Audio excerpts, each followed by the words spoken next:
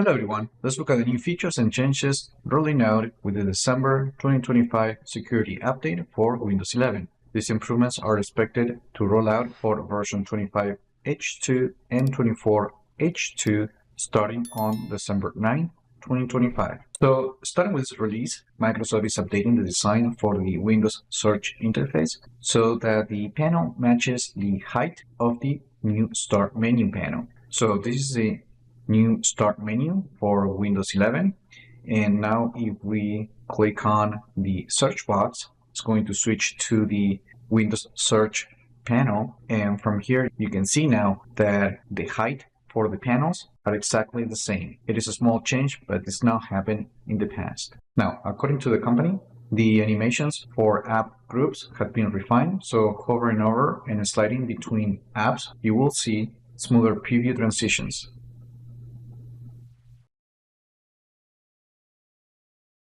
In addition, it is now possible to share an app window with Copilot directly from the taskbar. You will do this by hovering over the app and clicking the Share with Copilot button. Now, I don't happen to have that feature, but you can control it from the Copilot app settings. So you just open Copilot and then go to the settings. And then if we scroll down to Copilot Vision, you can turn on and off the Start Vision from an app in taskbar in order to enable or disable it. When using the Windows Spotlight for the desktop, you can now change to the next background by just right-clicking on the desktop and choosing the next background option. Also, from the same desktop context menu, you're going to notice the new Explore Background option. And if you click that, it will take you to the information for that particular wallpaper that you're seeing on your desktop. On Windows 11, by default, when you select a file and you start dragging it, you will notice at the top a flyout comes out, which is known as the drag tray. And this allows you to send that particular file to different applications. Now, if you don't like that experience, Microsoft is now adding a new option in the Settings app to disable it. And to do that, just go to the Settings app, and then from System, Nearby Sharing, we're going to notice the new drag tray option that allows you to disable that particular feature. So now, whenever you drag a file, that flyout will no longer be available. However, that will not disable the Snap Layout flyout that also appears at the top of the screen. And if you want to disable that, you just need to go to the Settings app, and then on Multitasking, you have to make sure to turn off the Show Snap Layouts when I drag a window to the top of the screen. So I had it disabled, so if I enable it, you can see the Snap Layouts flyout.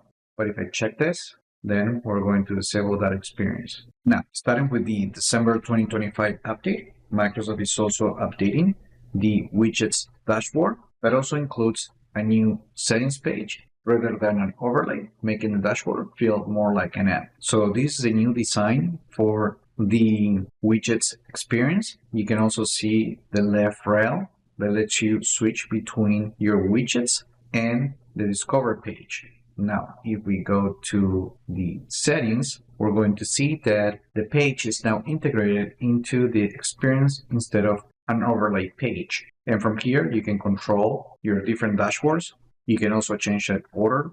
Now, if you want to disable the Discover feed, just turn off this toggle switch. Here, you also get some options that you can use. And that's it. You also have more settings to customize the notifications and the option to decide whether to open the widgets dashboard if you have the icon and the taskbar. Also, when the live weather is visible from the taskbar, launching the widgets board will open the first dashboard in the navigation bar rather than the last one you used for a more consistent experience. And this update, File Explorer, is also getting a visual refresh with a more consistent dark experience, more specifically when doing a copy of a file, also when you're moving files or deleting files, and even for error messages. You also see new updated progress bars, charts, and confirmation prompts like skipped or override.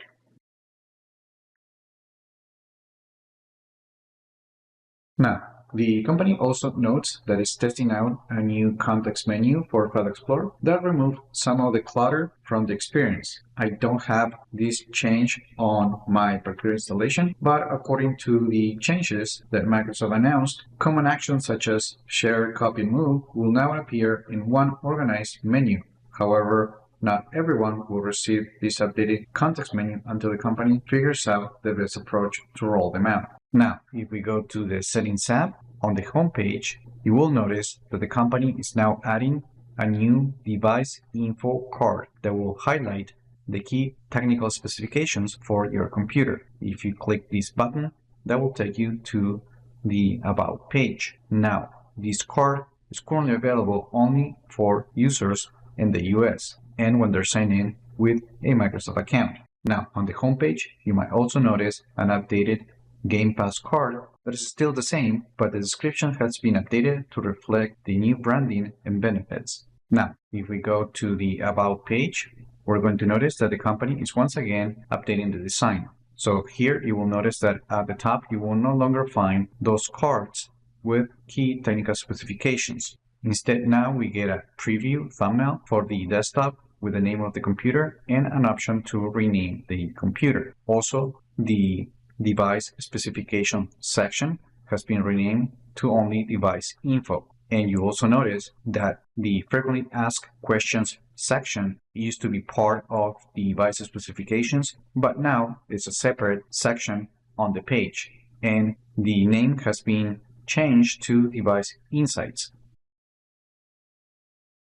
Also, the Windows specifications section has been renamed to only Windows Info, but the information is still the same. Now, under the related section, all the options are still the same. However, we are now going to find a new entry to open the storage page. Now, if we go to Bluetooth and devices, and then if we go to mobile devices, now we're going to find that Microsoft is making some changes to the mobile devices settings. In the past, when you needed to change the settings for mobile devices, that will open an external page. They didn't feel part of the Settings app. However, now if you have a phone connected to your computer, when you click on that device, that will take you to the same settings, but now it is a page integrated into the Settings app. If we go to Bluetooth and devices, and then if we go to the keyboard page, here you're going to find the setting to change the keyboard character repeat that used to be only available in Control Panel. But now from this page, you can control the repeat delayed and the repeat rate. You can also see that we have a repeat delayed and repeat rate preview to make sure that the changes apply correctly. You will also notice that on this page, we're going to find the settings to customize the Copilot key and the print screen. And I also believe that this keyboard page is new to the Settings app. Now, if we go to accessibility, and then if we go to text cursor, we're also going to find a new setting to control the cursor blink rate. And you can use the slider to change this specific setting, then just click apply and you will see a preview right here. Now, another thing that I wanted to point out is that the keyboard backlight performance has been improved with the December 2025 update.